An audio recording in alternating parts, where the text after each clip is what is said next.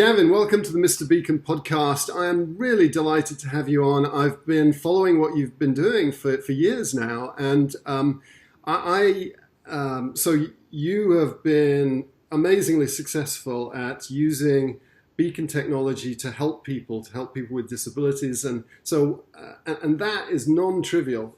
As someone who's tried and failed to do that myself, I'm very interested in how you have got adoption and persuaded people, because everyone says they want to help, but everyone's busy. So let's talk about you, Neatebox, your company, Button and Welcome, your offerings, and I'd love to hear some your story and lessons learned and that sort of thing. So first of all, thank you for coming on the show.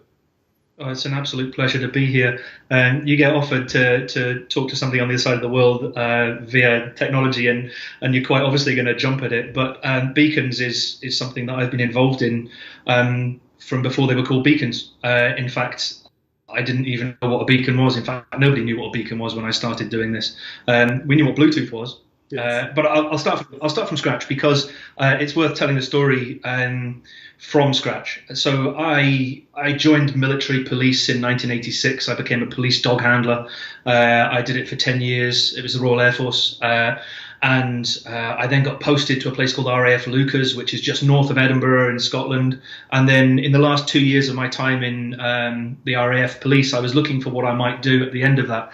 And just up further north from where I was a place called Forfar. And Forfar was the home of guide dogs for the blind, which is seeing eye dogs or seeing guide dogs in the desert or whatever you have in the States. But and I started doing voluntary work at Guide Dogs for the Blind until eventually I realized, well, this is what I wanted to do. And I went along for an interview to be a dog trainer, and they went, no, we don't want you to be a dog trainer, because they recognized actually that a lot of my real passion was with people. Uh-huh. So I actually I was working with people and wanting to work with people and enjoying working with people more than I was with dogs, although I still enjoyed the dogs. And it took me 3 years to do the training. I got the job. I was really lucky to get the job. It was 900 position, or one position in 900 applications. So it was a real, But the 2 years of voluntary work was kind of what got me in there, I think. But anyway, I started working in Guide Dogs for the Blind, and I was working it from 1996 onwards. And then around about 2003, 2004, or maybe even before that, as far as computers was concerned, I was never a techie. In fact, I loved games, and that was it pretty much. But I started learning about how to use computers, and we had to learn how to use computers. And then 2003 to 2004, I think it was around about then, I started using or seeing my clients using GPS. And it was very early days. They had a Palm Pilot, which was, as you might imagine, a massive thing attached to them. And there was a speaker up here, and then there was a GPS device up here. So they were walking around. But at the time, that was all there was. And I was really interested in the fact that they were using it. And then I noticed more and more people were using mobile phones. And I think the N95, Nokia N95, was the first one where I really became aware that you could get a speech package and attach it to the mobile phone. And I think it was about £300, which I get $450 or something like that. And people were using that. And I was like, well, this is really cool, because the future could potentially be more and more technology like that. Mm-hmm. And I was just interested. And then 2007, 2008, I became aware of iPhone, and I became of iPhone because of VoiceOver. And VoiceOver had been added into the iPhone 3, I think it was 3, and people were turning up to train with guide dogs, and they were just taking out their phone and doing stuff. And I was like, and it was talking to them, and I just became really excited, because I thought, this is a real change. The potential here is ginormous, and I needed to be involved. So generally speaking, I started doing tech talks on my classes for an hour, and the guys would turn up and they would all talk about technology, and I was learning more than I was teaching. In fact, I wasn't really teaching anything at all. So I was learning about technology and games and all, and banking. And, but who's in the audience? These were people who were coming to train with their guide dogs. Okay. So they were 2-week course, and I would then be teaching them how to use the dogs. And it's worth pointing out, this is me back in the day. Excellent. So this was me looking very relaxed and concentrated, and this is one of the guys I was training. Okay. And we'll come back to this picture in a second. But so where is that? That's somewhere in Edinburgh, is it? It looks. It's just outside Edinburgh, a place called Musselburgh. Okay. Along the coast. And yeah, I was training the guys how to use guide dogs, and they were teaching me about technology. And whenever it rained, I would say, let's do more technology and not go out and get wet. So it was quite a lot of technology. But I kind of realized at one point that this was the future. Technology was going to be the future. And in fact, just the other day, I was thinking to myself, if I took a dog, 2 dogs, and I bred them, and I thought, what can I achieve in 50 to 100 years? If I wanted to breed a certain characteristic, and I put a lot of effort into this, the most I could do was turn that dog breed in the generations that I had. I could maybe improve its scenting, its fighting, its biting, its guarding, or whatever, its shepherding. I could maybe improve it to a certain extent, but not by much. And then I thought, I wonder what we could do with technology in 50 to 100 years. We couldn't even think. Yeah. I couldn't. I don't know anybody who would actually go, yeah, in 100 years' time, we're going to be doing this. I can't even imagine when you consider Moore's graph and what we've done since the 1970s and 80s, or even the last 5 years. It's just insane. So I became more interested. I got myself an iPhone because that was the piece of kit that people were using at the time. And I just practiced with VoiceOver, and I got more adept with it. And then I started thinking, I wonder how I could utilize it. And one of the things, if we go back to that picture for a second, was how does somebody who's visually impaired, when they arrive here, Right. how do they then get to the pole to press the button? Yes. You'll notice this fellow behind me. Yes. So how do they press the button at the crossing? And I thought, well, wouldn't it be good if the phone did that? And that was it. I didn't go, I've got a solution. What can I fit it into? It was like, I wonder if I can press the button with a mobile phone. And at the time, I was told about Bluetooth, and we did a study, and it was like Wi-Fi, Bluetooth, RFID, NFC was in its infancy, I think, when I was looking at this. And somebody said Bluetooth was the only way, but it meant we had to do a handshake. So it meant you couldn't really do a route you didn't know. You were always doing a handshake to the actual crossing. Okay. And then that was 2011. November 2011, and in January 2012, somebody said to me, have you heard of this new thing that's coming out called BLE? It'll be called Bluetooth 4.0. And I went, would that work? And he went, well, we could give it a shot. And by the September of that year, I think it was that year, it might have been the year after, somebody said, oh, that's a beacon. But I was like, well, I'm already using it, but I didn't know it was a beacon. In fact, I didn't have a clue what it was. As far as I was concerned, it just meant that I could press the button. Yes. And we put the chip onto a board, on a PCB. We opened this up. In 15 minutes, we could take one of these that didn't have it, and we could put our chip inside. So it's just a very, very simple wiring it into the process, so that as the person approaches the crossing, their mobile phone presses the button. And we'll just show you it working, seeing as we're here. Yeah. Perfect. So it's called Button. Yes. This is it looking for pedestrian crossings. That's it found a pedestrian crossing. Okay. If I now press that, Yeah. Oh. you see the one over here? Love it. And that's it, started the sequence. And now it's on a green man. So how do I know if I'm visually impaired, how can I use that interface? Oh, well, so many people won't know about this, but if we go into Apple, again, this is why Apple's so brilliant for people who are visually impaired. If we go into settings, yes. So if we go into settings and go to general, click on general, and you've got accessibility, and there's loads of stuff in accessibility, but the very top one is a thing called voiceover. Yeah. You turn on voiceover, turn on the sound. Health folder, games folder, docs folder, inclusion. And what does that sound like with button? So with button itself, if I open that up again. To open. Neatebox apps folder. 6 app opening button. Crossing is red.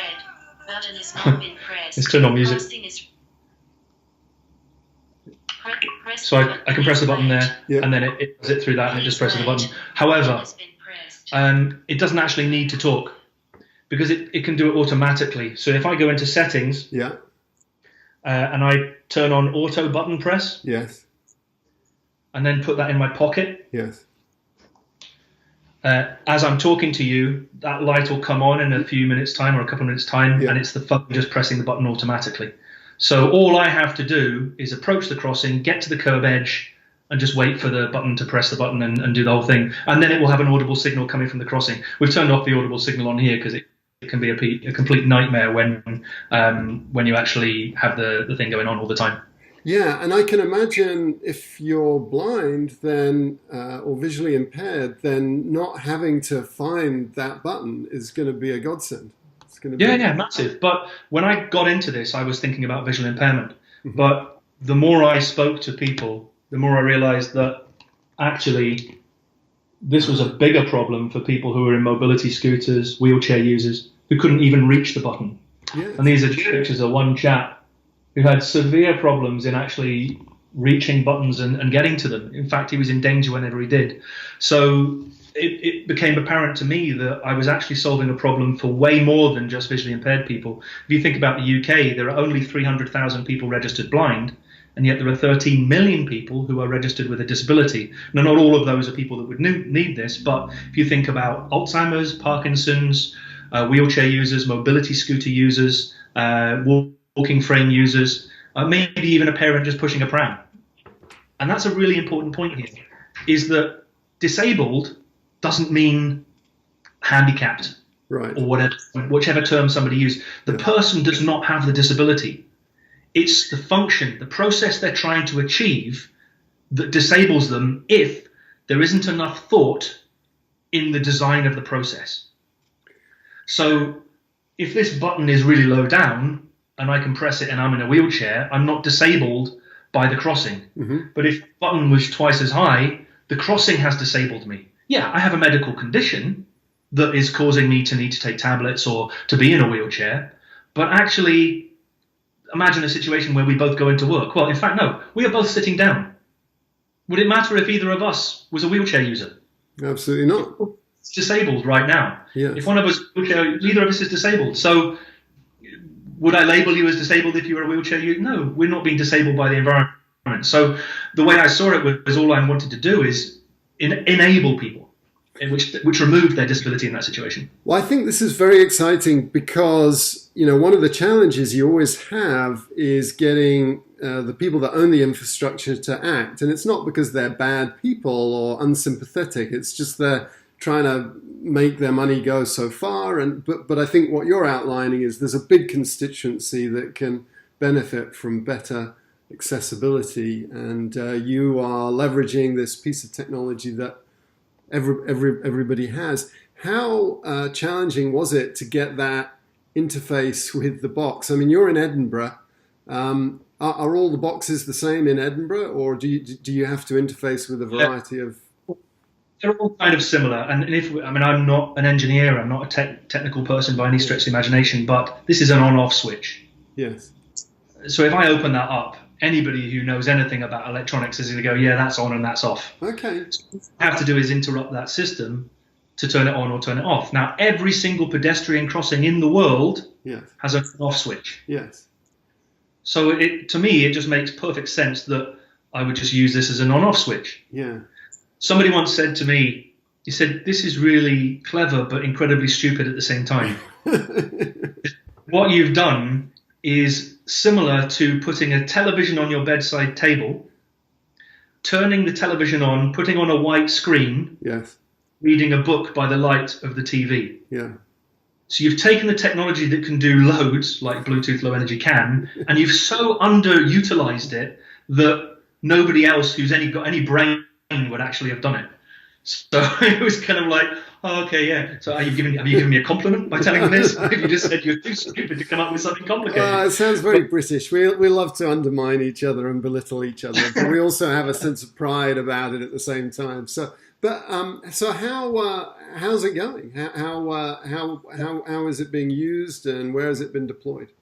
Yeah, so we were offered a Transurb, who are the Transport Scotland have a wing for accessibility and trunk roads, and Transurb are their wing in Scotland. And Transurb approached us, having seen a few things that we had done, and said, any chance that you could install a couple of these crossings in Largs, which is a small town on the west coast of Scotland? And we said, well, yeah, we'll give you a price.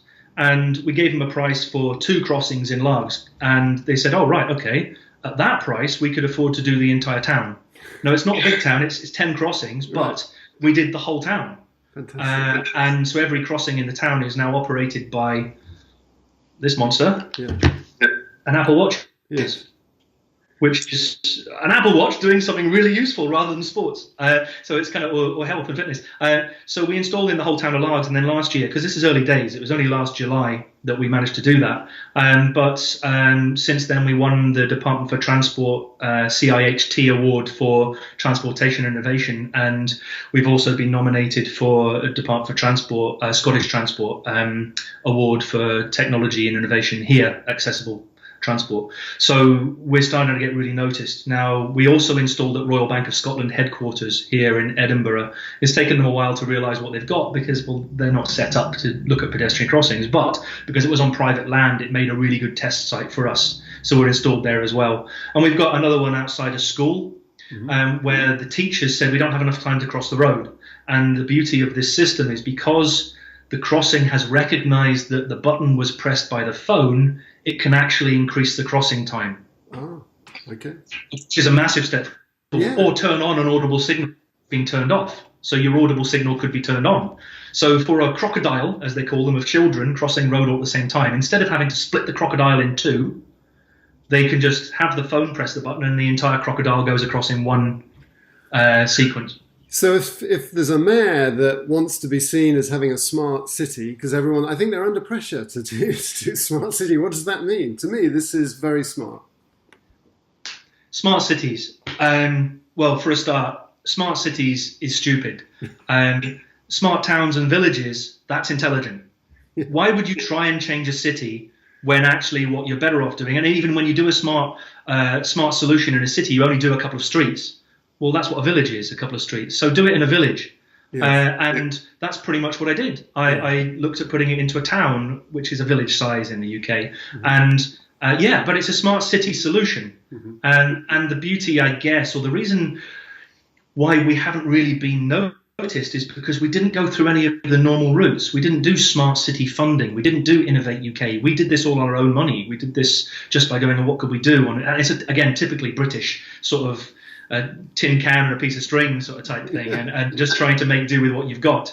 And that sometimes forces you to be very ingenious or innovative, and that's pretty much what we did. We went, well, let's just do it ourselves. What do we need? Let's do it on a shoestring, which is what we did. So we've kind of snuck up on the smart city environment because nobody really knows we exist yet. They do now, but I think more and more people are going, oh my God, look at that. They didn't even do it using the systems that have been put in place. You don't have to, I mean, being argumentative or pointing out some serious stuff here is the smart city industry is worth billions. And there are a lot of people taking a lot of money without providing a lot of solutions. I'm not saying it's a racket, but because everybody's well-meaning and wanting to find solutions, but ultimately I don't think the amount of solutions that are coming out equates to the amount of money that's gone in. And certainly as far as the ones I've seen, it's not really been as effective as it should have been. So how many buttons have you got out there? How many people are using the app, and how many crossings are enabled so far? We've just got the one town and one village, Lockerbie and Largs. We do have sites in Royal Bank of Scotland, but it takes time. Yes. And part of that reasoning is certification. You need to get certification. Now, certification in the UK is, you can imagine the amount of red tape that you're going to have to cut through to get through all of that certification, but it's challenging and it's costly. And all that's going to happen is somebody's going to rubber stamp it because there's nothing about this that can cause any grief, because all it is a stick. It's just pressing the button from a distance. There's nothing, we don't really interact with the crossing in any way whatsoever other than just pressing the button. So the certification process is one that I knew was going to take time because we were also coming from the outside, where we are what everybody loves and what everybody hates when it happens to them, which is disruptive. We're a very disruptive company that has no history of innovation in the transport field. Who's got an innovation in the transport field? So I would imagine people would be like, who are they coming along to do this? So we're trying to squeeze into that market, and it takes time. But looking at that from a very positive way, it has meant, and I know we'll talk about it shortly, it's meant that I've been able to come up with loads of other solutions using that technology and what has actually evolved from loads of other type technologies, and we can talk about that. Yeah, well, let's talk about it now. Tell us about Welcome. So yeah, Welcome was again another one that came particularly from me observing a problem first. It wasn't, oh, I've got this technology, how can I use it, even though I knew what the technology was. It was, I've seen a problem, how can I fix that problem? And it's a problem that everybody will go, yeah, why didn't I think of that when I explain it? So you are a person in a wheelchair, or you're a person who's blind, or you're a person who's got a hearing impairment, or you're a person with a hidden disability like autism or dyslexia or diabetes or epilepsy, and you go into a shop and you meet somebody in the shop, and the person in the shop goes, because they don't know how to interact with you. Now, what we do, let's just say we went into that shop and we went, oh, that was really rubbish customer service, and we complained to the manager. The manager says, yes, certainly, I will make sure this is fixed. And they then talk to the staff member. And this is very simplified. They talk to the staff member and they say, right, you're going on a course of diversity training, and we're also going to send you away to do some sighted guide training for blind people. You're going to do a little bit of deaf-blind manual or BSL or American Sign Language, or we're going to send you away, you're going to do some awareness or autism or something like that. And then the person comes back, and for the next 6 months, they're fantastic. And then after that, either they forget because they've never used it, or they move jobs. Yeah. And you've all those positions which are temporary. Tourism, staff hotel churn is huge in the service industry. It's just a reality, and it's never going to change. Yeah, you train 100% of your staff, not that you ever could, and within 1 year, only 90% of your staff will have been trained. Now, either you keep that churning and spending a fortune on trying to do it, or you just let it lapse. But even if you were to keep it trained, the people trained, which would cost a fortune, sooner or later, one staff member who hasn't had all of the training is going to make that mistake again. Yes. Yeah. And what happens then is the person makes a complaint. The manager says, you're a bad guy, you need to go away and do some training. And the whole process starts again. Yeah. And you go, why are we doing that? That's just repeating every single time. And it never improves. It just gets worse. So what's the solution? So what we did was utilizing the smartphone again, and that's our conduit in this situation, knowing that people who were disabled were using smart technology, using the accessibility functions within it, and thought, well, if we had 3 points of contact, so that when I was going into a venue, the person in the venue knew I was coming. And then utilizing the phone to make the initial contact, but then utilizing the technology so that the phone could stay in my pocket. I could then walk through the door of the building and the person would go, Gavin, how are you? My name is Michael. I know that you are here to meet such and such a person. Would you like to take my arm? We've already got a chair next door for you where it's away from the light, or whatever it might be.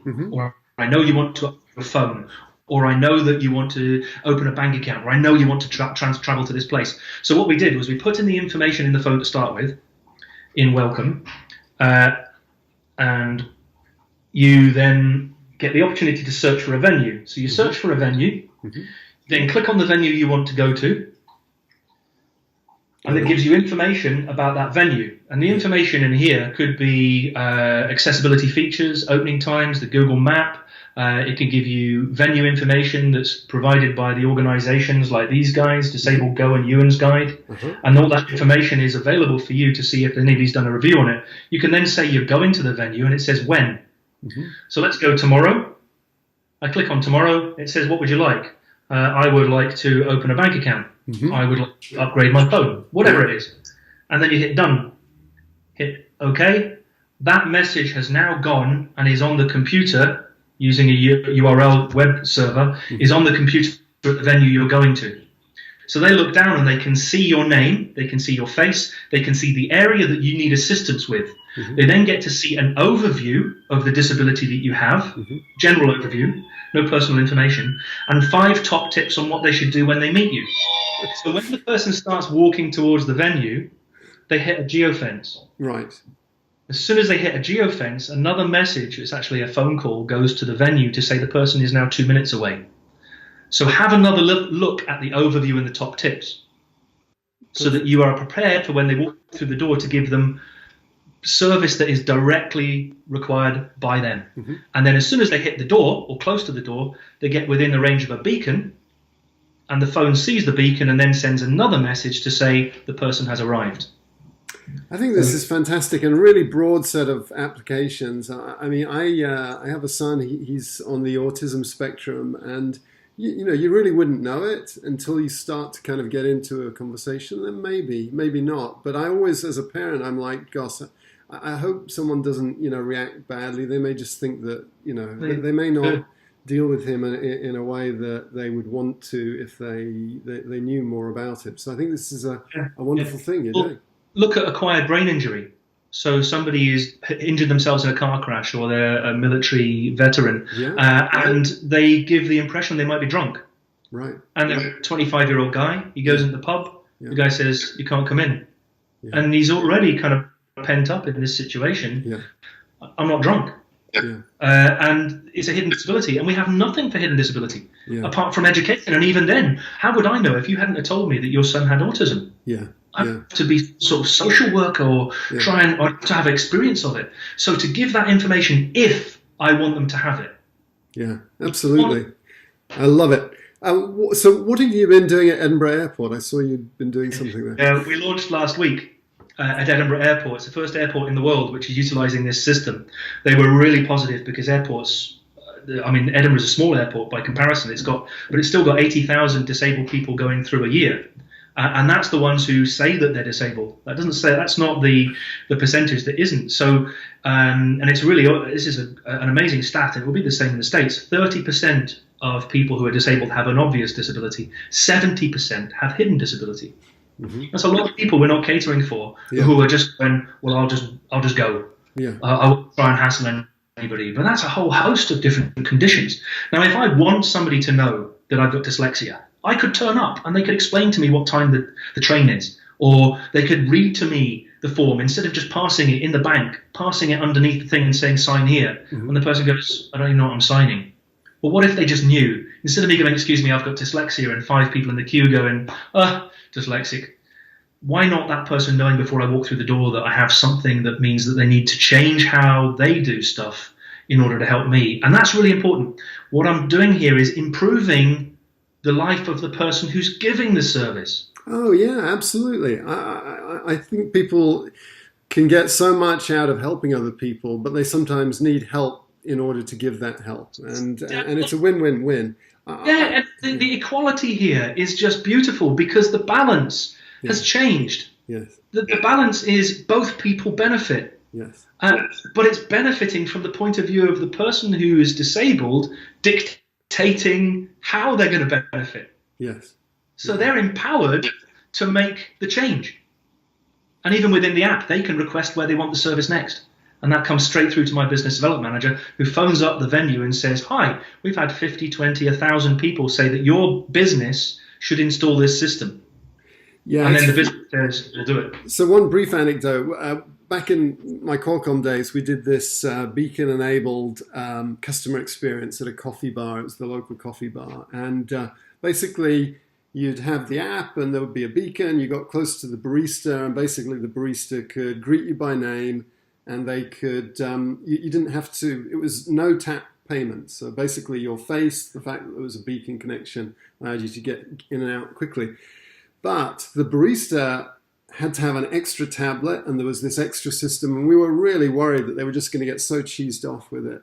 But that wasn't the situation at all. They loved it. They loved it because suddenly, because they were getting smiles from people who were their customers, and it was a virtuous circle. People loved the system. The baristas loved giving the better service, and so I think I can see the same dynamic with Welcome. So how much does it cost? Because you've sold me. If I had a venue, then I'd be using it. But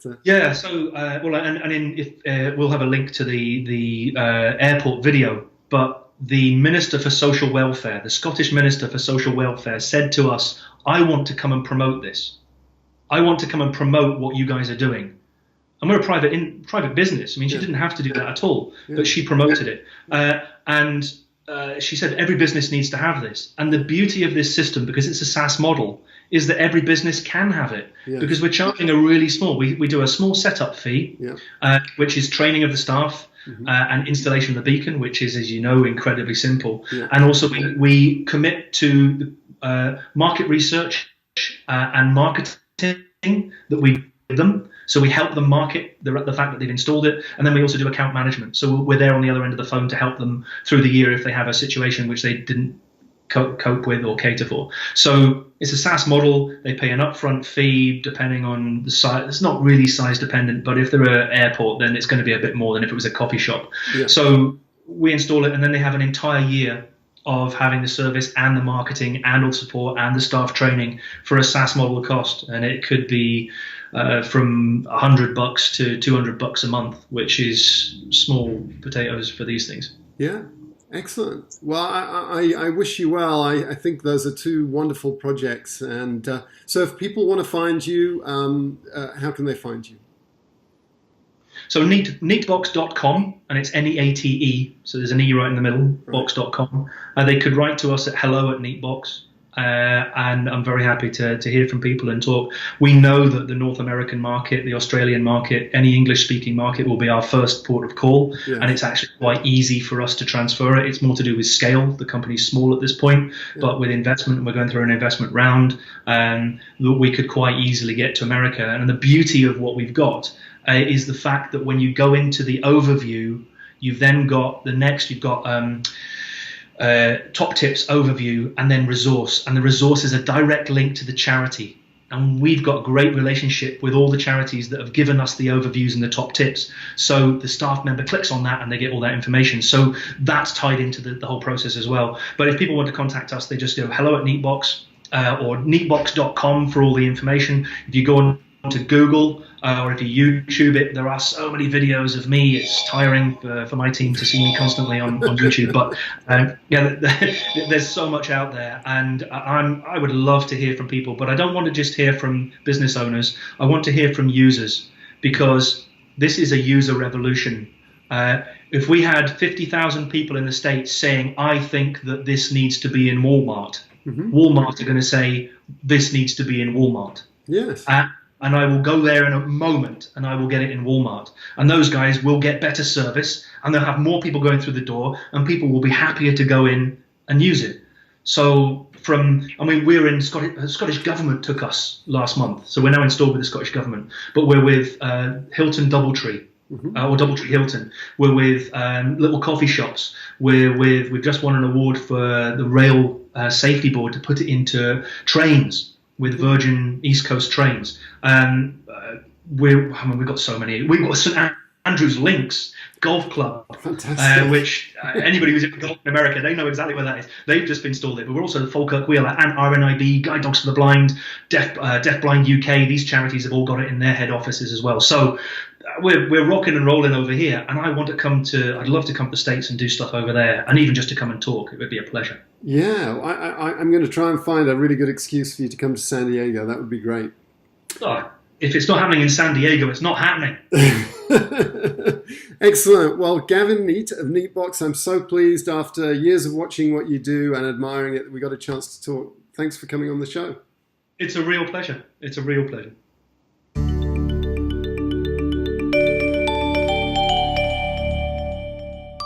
So what 3 songs would you take on a trip to Mars? Steve, there's no way on God's earth that I would be Gavin Neate and in charge of Neatebox if I didn't actually twist Neatebox into the songs that I've picked in some way. And the truth is, and the God's honest truth is, that my life is so dedicated to what I do that it's impossible for it not to be all pervading. So it was very easy to find songs that have meant something to me while I've been on this journey. And there's 3 that I definitely have, and they all have a really good connection to what I'm doing, why I do it. And the first one was probably my first experience of YouTube, which is interesting because it's a song, but it's a YouTube video that went with the song. Yeah. And it was an absolute corker. It was called Pran by Gary Scheiman. Okay. And you might not know the name of the song or the name of the artist, but you probably, in fact, I'm fairly certain you'll have heard of Where the Hell is Matt? Oh, right. Yeah. Matt Harding has got a company himself now, but he did traveling around the world at one point. Yeah, and he did this once where he's doing this. Yeah, it's amazing. Yeah, it's stunning. And I remember watching that, and at the time it just really made my heart beat faster, because although he was traveling, he did it off his own back to start with, but it's him on his own, and then he's surrounded by people. They all just join him, and eventually you don't see him at all. And the fact is that because you're traveling around the world and you're seeing all these people, you realize, and they're all doing a stupid dance, you realize that we're all people on the same planet. It doesn't matter what city you're in or anything. And the music's so beautiful, and I love the way it builds, and I love the way it means something. And I think when music means something to you, when I can connect it to technology, and then I was just like over the moon when I thought about it. I thought, well, it's got to be that one, because it means a lot to. It's my journey of understanding technology. So Matt Harding, or rather Gary Scheiman with Pran, is definitely one that I have in there. The second one is actually just as much for the country I live in and the city I live in as it is for the song, although the song is absolutely fantastic. Many of the people that you have watching might have heard of a chap called Danny McCaskill. And if you haven't heard his name, you might have seen his videos. Mm-hmm. Danny's a mountain biker, but a mountain biker. And he did a piece by Inspired Cycles that was filmed in Edinburgh using street signs and fences and trees and street infrastructure. And the song that went behind it was called The Funeral by Band of Hip Horses. Mm-hmm. And it's absolutely beautiful. And I reckon it's another YouTube video, but it's such a beautiful video that you connect to what you're seeing. Now, I never really connected lyrics to music, mm-hmm. but for whatever reason, I can connect what I see to music. Mm-hmm. And if it conjures up a feeling, an emotion in me while I'm watching it, then it's just absolutely tremendous. And what Danny has done for Scotland, and his stuff on Scotland, is absolutely stunning. I mean, his stunt riding is remarkable, and he's getting on a bit now, but he still does it. And he's a remarkable guy. I've met him a couple of times, and he just went, yeah, side signature, a chat for 5 minutes. He's just a top guy. So the music, Funeral by Band of Horses, is just gorgeous, and I recommend people to listen to that. Mm-hmm. And then the last one is very personal because it's my sister. And my sister, she did 6 albums in the time that she was a musician. She's now a farmer, but at the time she was a musician. She's a remarkable lady, and she paid for them all herself. She just went, I know what I'm doing, and I'm going to go and do that. Both my brother and sister are both remarkable people, and I don't know if I'm cut from the same cloth, but I certainly have I'm just going to do that. And it's a song called Rocket Ship, and I kind of connected that. Obviously it's my sister, but I connected it to the fact that I am going to Mars, and it's what she takes with her. She goes, right, well, what would you take to Mars? And a lot of people might say technology and all these sorts of things. She's like, well, I'm after toothbrush, toothpaste, paper and pen, because she's a writer and she wants to write. So she gets to Mars and she's writing songs. Beautiful. I have to applaud you. Those are wonderful choices. We should give you another 5 and make a whole show out of it. But and the three's enough. Right. Terrific. That's great.